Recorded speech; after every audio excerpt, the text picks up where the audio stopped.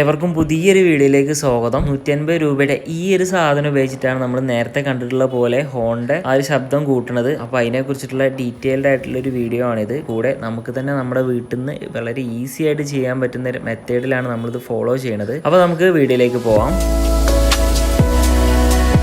അപ്പോൾ ഇത് ഈ കാണുന്ന രീതിയിലുള്ള റിലേ നമുക്ക് വേണമെങ്കിൽ ഉപയോഗിക്കാം. ഇതിൻ്റെ എല്ലാം വർക്കിംഗ് ഏകദേശം കറക്റ്റ് തന്നെയാണ്. അപ്പോൾ ഞാൻ ഈ ഹോൺ റിലേ എടുക്കാനുള്ള കാരണം ഇതിൽ വയർ വരുന്നുണ്ട്. അപ്പോൾ ഒന്നും കൂടി ഈസി ആയിട്ട് നമുക്ക് കണക്ട് ചെയ്യാൻ കഴിയും.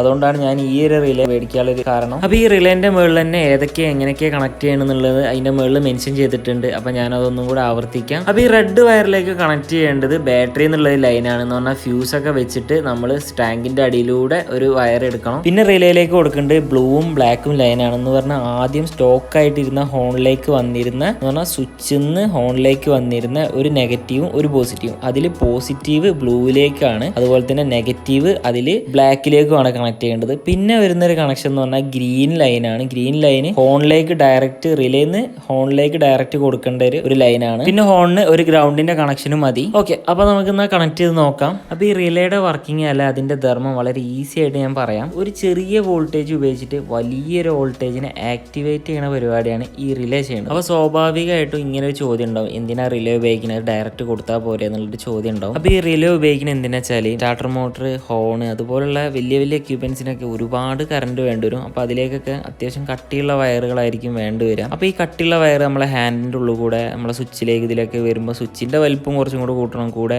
അതിൽ ആർക്കും കാര്യങ്ങളൊക്കെ ഉണ്ടാവുന്ന സമയത്ത് സ്വിച്ചിൻ്റെ ലൈഫ് കുറയാനും കാര്യങ്ങളൊക്കെ ഉണ്ട്. കൂടെ ഈ ഹാൻഡിലുള്ള ഇതിൽ കൂടെ ഒക്കെ വരുന്ന സമയത്ത് ഷോർട്ട് ആവാനും കാര്യങ്ങളൊക്കെ ഉണ്ട്. അപ്പം ഇങ്ങനെ ചെയ്യുമ്പോൾ അത് കൂടുതൽ പ്രശ്നത്തിലേക്ക് പോകും. അപ്പോൾ അത് പ്രിവെന്റ് ചെയ്യാൻ വേണ്ടിയിട്ടാണ് ഈ ഒരു രീതിയിൽ ചെയ്യണത്. പറഞ്ഞാൽ ഇത് ഹോൺ എന്നുള്ള രണ്ട് വയറാണ്, നെഗറ്റീവും പോസിറ്റീവും. ഇതിലെങ്ങനെയാ വെച്ചാൽ എപ്പോഴും പോസിറ്റീവ് ലൈന് വന്ന് കിടക്കും.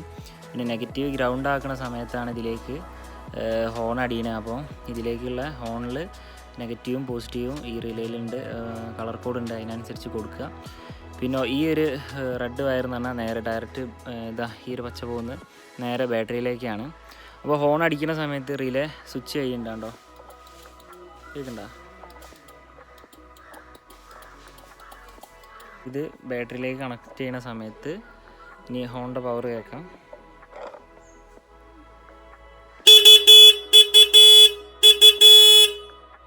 ഓക്കെ, അപ്പോൾ ഇതിൽ ഒരു ഫ്യൂസും കൂടെ ഇതിനകത്ത് സെറ്റ് ചെയ്യുന്നുണ്ട്, 10 ആംസിൻ്റെ.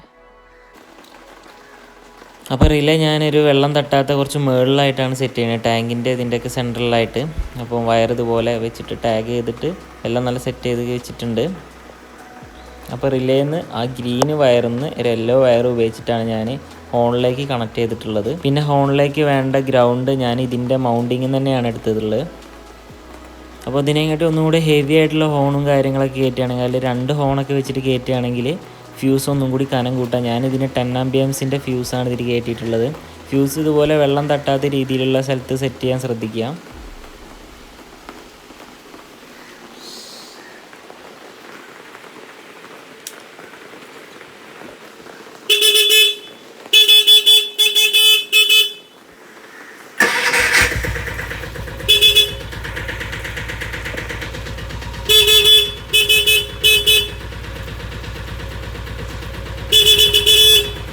അപ്പോൾ ഈ വീഡിയോയിൽ എന്തെങ്കിലും ഡൗട്ടോ കാര്യങ്ങളുണ്ടെങ്കിൽ കമൻറ്റ് ചെയ്യുക. വീഡിയോ ഇഷ്ടപ്പെട്ട ലൈക്ക് ചെയ്യുക. Thank you for watching.